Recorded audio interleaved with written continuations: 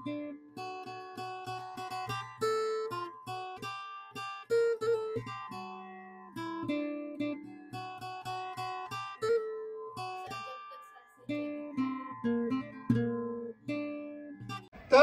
आपलं मन आणि आपलं धन या माध्यमातून सहकार्य करणारी संपूर्ण बजारनगर येथील मातृतुल्य पितृतुल्य सभक्त माता बंधू आणि भगिनींनो पाहिजे।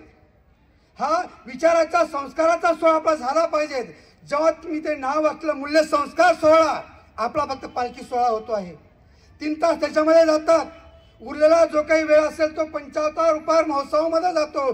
परंतु हे सर्व संस्कार आपल्या हृदयामध्ये संस्कारित करण्याकरता जे काही विचाराचं बीजारोपण होणं महत्त्वाचं आहे, त्याला नेमका वेळ अपुरा पडतो। हे संस्कार विचारातून दिला जाणार आहेत। सज्जनो, हे संस्कार जे आहेत, हे संस्कार ज्या अवताराचा आपण अवतार दिन संपन्न करत आहोत, त्याच अवताराच्या अवतार कार्यामध्ये जे काही लीळा येऊन जाते, महत्त्वपूर्ण लीळा, त्या लीळा आदरणीय सदैव परमपूजनीय साहित्याचार्य संतोषमुनी शास्त्र्यांनी स्पर्श केला होता। खरे संस्कार देण्याकरता माता महत्वाची आहे। आजी मम्मी आहे, आजी मम आहे, तिला आई होणं गरजेचं आहे, माता होणं गरजेचं आहे। ज्या मातेने आपल्या बाळांचा विचार केला, जन्माला आल्याबरोबर त्या बाळाला धर्म संस्कार द्यायचे। जीवनाचं उन्नयन कशामध्ये आहे, जीवनाची उन्नती कशामध्ये होणार आहे, परमेश्वरा या जीवाला कसा जवळ घेणार आहे, हे धर्म संस्कार त्या मातेने जन्माला आल्याबरोबर तिला देण्याचा प्रयत्न तिने सुरू करते आहे।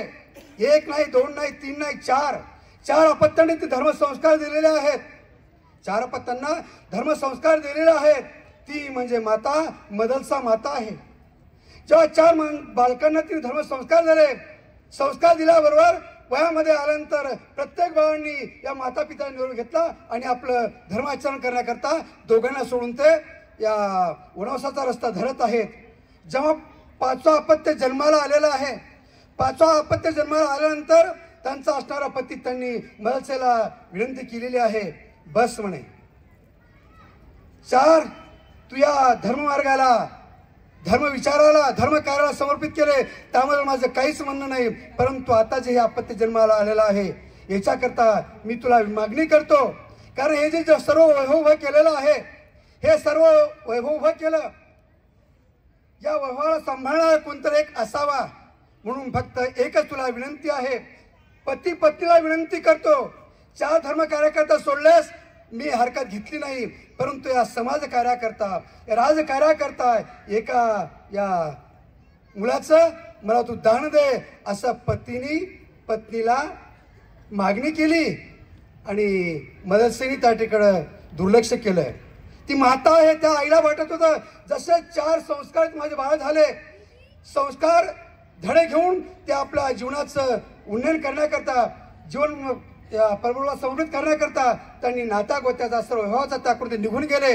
यांनी तसं व्हावं, परंतु पतीची मागणी आहे, पतीची आज्ञा आहे, शिवाय शिष्टाचार आहे, शिष्टाचार आहे। ग्रस्त धर्मामधले काही एक बारकावे आहेत, ते मला सांभाळावे लागणारच आहेत, म्हणून तिने त्याकडे दुर्लक्ष केलं।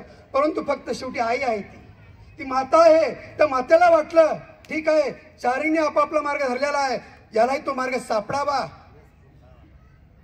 त्याला मार्ग सापडावा, म्हणून तिने शेवटी एक चिठ्ठी दिलेली आहे।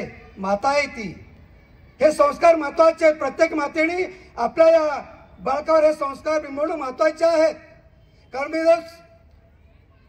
काय म्हटलं होतं, संस्कार सोहळा, संस्कार सोहळा कोणते, मूल्य संस्कार सोहळा, तर त्या ठिकाणी मूल्याऐवजी मृत्यू संस्कार सोहळ्याकडे जाणारे आजचे तरुण, ज्या तरुणाला मदलसेसारखे संस्कार देणारी जर माता मिळाली, तर शेवटी या मृत्यू संस्काराकडे हे लवकर जाणार नाहीत।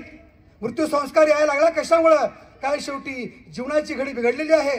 जे मूल्य संस्कार आहेत, या संस्कारापासून आजची आमची तरुण पिढी आहे, ही तरुण पिढी थोडीशी बाजूला सरकत आहे। का सरकत आहे, फक्त आमच्या आईनी आणि बाबांनी, मम्मीनी आणि डॅडीनी एकच विचार केलेला आहे, शिक शिक, मोठा हो, मोठा होऊन मोठी नोकरी प्राप्त कर, भलाट्ट पगार प्राप्त कर आणि माझा साहेब मोठा झाला पाहिजे।